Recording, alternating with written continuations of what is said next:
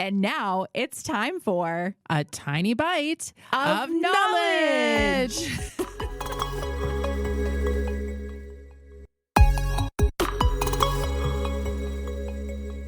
Hey, Sarah.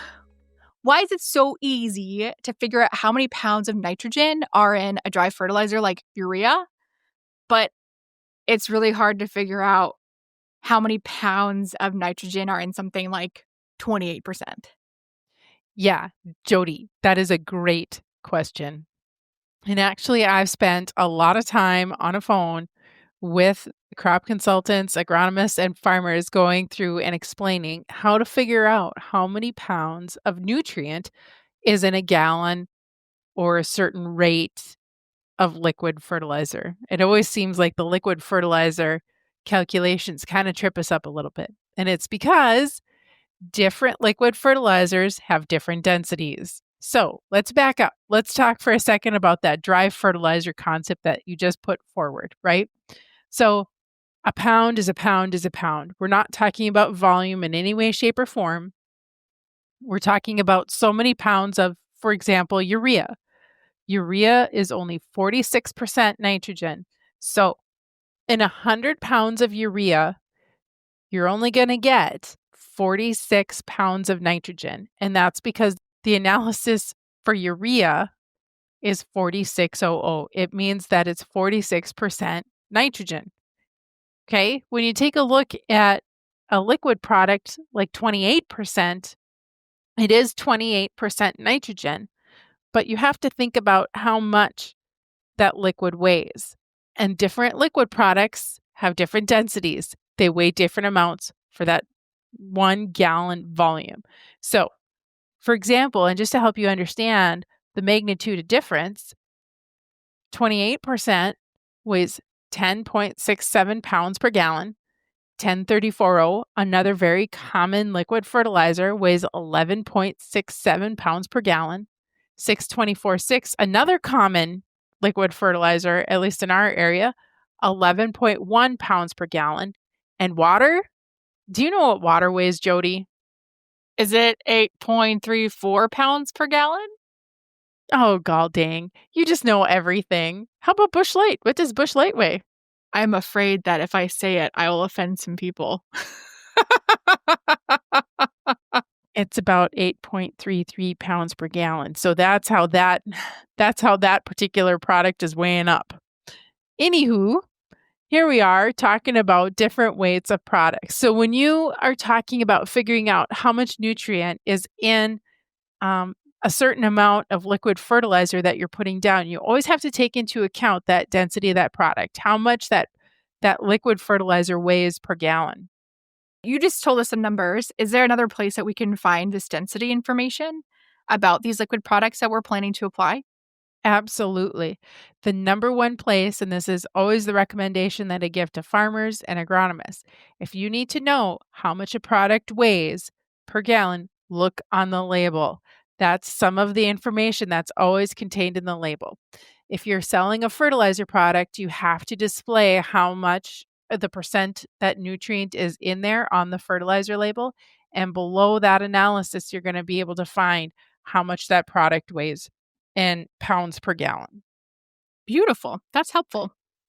So if you want to figure out, for example, how many pounds of nitrogen is in 10 gallons of 28%, 28% weighs 10.67 pounds per gallon. You multiply that by your rate, 10 gallons, and then you divide that by 0.28 because it's 28%. It's 30 pounds of nitrogen. And this makes a big difference. Up here in the Great Northern Plains, we use a lot of starter fertilizers on many of our crops like sugar beets and corn. And it's a big deal. And we've got a lot of different liquid products out there to accomplish that goal. They have different analyses and they've got different amounts of, or they have different densities. And both the density and the analysis affects how much, for example, phosphorus you're going to put down. So 10340 weighs 11.67 pounds per gallon. 6246 weighs 11.1 pounds per gallon.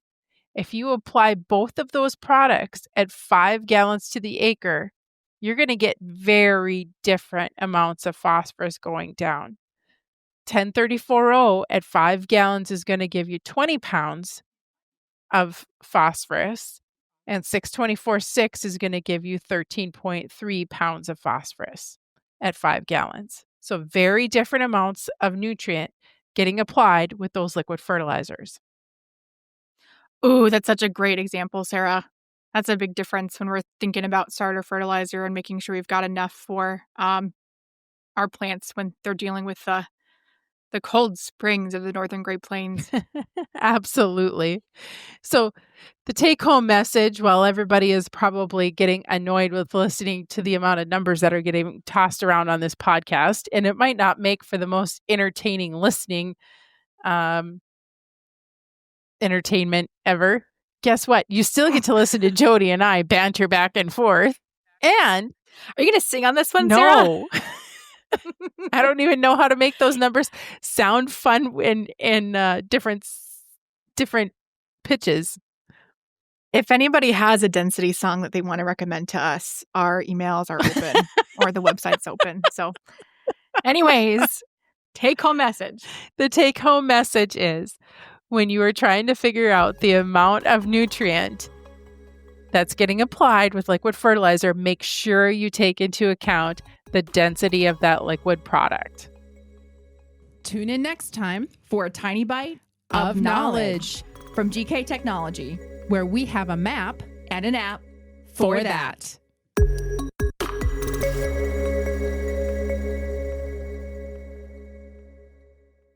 Let the geeks at GK Technology help you with your agricultural data.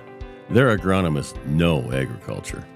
When it comes to creating soils and zone maps to maximize yields in your fields, you can trust the people with decades of experience in site-specific agriculture. Everyone at GK Technology has a background in agriculture, so they know what makes a farm run, and they speak your language. The geeks at GK Technology have a map and an app for that.